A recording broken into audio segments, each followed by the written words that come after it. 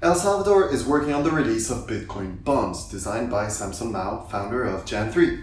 This new financial instrument could change the future of our financial world, not because asset-backed bonds are a new thing, but because of how their validity and backing can be confirmed by investors. When we think of government bonds, we usually think of the bonds that are backed by the government directly. These assets are attractive to investors based on the trust that they can have in the government. If the future of said government is doubted by investors, the value of the bond will fall. These were originally invented to finance wars and allow investors to choose a side for a given conflict and even influence the outcome. The Italian cities were the first to create such bonds around the 14th century. They raised money by forcing their wealthy citizens to lend this money to the government. That was then used to hire mercenaries to fight the wars instead of the city's residents. In exchange, these wealthy residents were paid an interest that was directly correlated with the price of this bond, that could be sold through a secondary market. The big Italian cities used these instruments to fight each other during most of the 14th and 15th century. The second type of bonds are the asset-backed bonds. As the name suggests, these bonds are directly linked to a kind of asset. Rather than trust in the future of a government, investors can trust an industry or a product. A great example of the use of such bonds was seen in North America. War was raging between the Union and the Confederate States of America. The Confederacy was seen as the losing side, and as history showed, ended being the case. They were not considered a good credit risk, which meant private and foreign investment in their bonds was very limited. They decided to create cotton-backed bonds that allowed investors to profit from the Confederacy's cotton industry. It benefited them very much, with the price of the bonds doubling from December 1863 to September 1864. It was of course helpful that they were the biggest producers of cotton at the time and controlled the supply and price of the global cotton industry.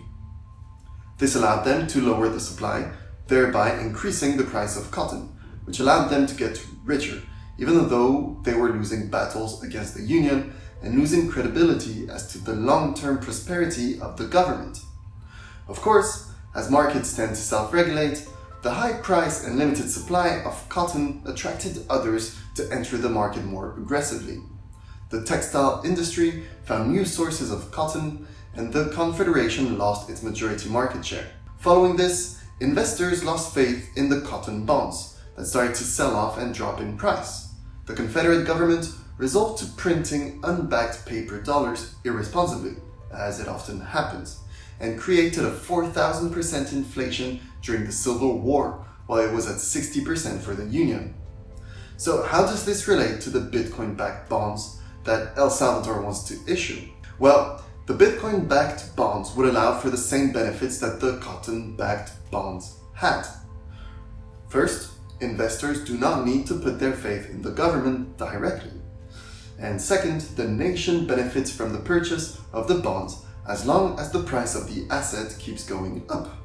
There are two major differences with the cotton-backed bonds though. First, the government cannot control the supply of Bitcoin. As a reminder, no one can. They cannot manipulate the underlying asset, which increases the trust in the bonds. Second, Bitcoin's blockchain allows for proof of asset holdings. Anyone can audit the blockchain and verify that the addresses backing these bonds do hold the Bitcoin they're supposed to. Of course, this assumes the addresses are public information, which they should be, because it increases investor confidence in the bonds. These new Bitcoin bonds have the potential of changing the bond market as we know it.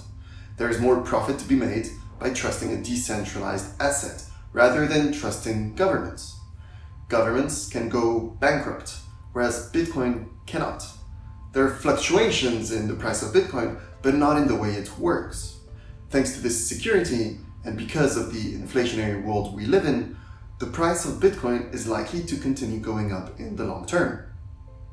Furthermore, if there is any change in the way the government manages these bonds, investors would be able to tell instantly because of the transparency that the Bitcoin blockchain provides.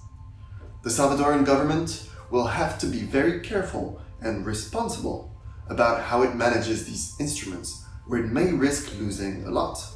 We don't know yet when these bonds will be available. My guess is that they're waiting for the price to stabilize in order to confirm that they have bought all the dips in price possible. With the price of Bitcoin at a 75% discount, it is fair to assume that there are more chances the price will start going back up. If these bonds are released at the right time, it will allow for a greater income potential for investors and will increase the returns El Salvador can make. We'll see what the President Nayib Bukele has prepared for us and how it may impact the legacy financial world. It definitely is an interesting time to be alive. If you like this article, this video, make sure to follow because I'm going to share much more of such content. I'm in the process of raising funds for a new documentary project. The fundraiser is happening on Geyser, and I welcome everyone to go check it out and donate. The goal of the documentary is to study and explore the actors that are trying to block Bitcoin adoption in the world, with a focus on Central America and El Salvador, because this is where it is happening at a nation-state level. By donating to the project, you're joining the project.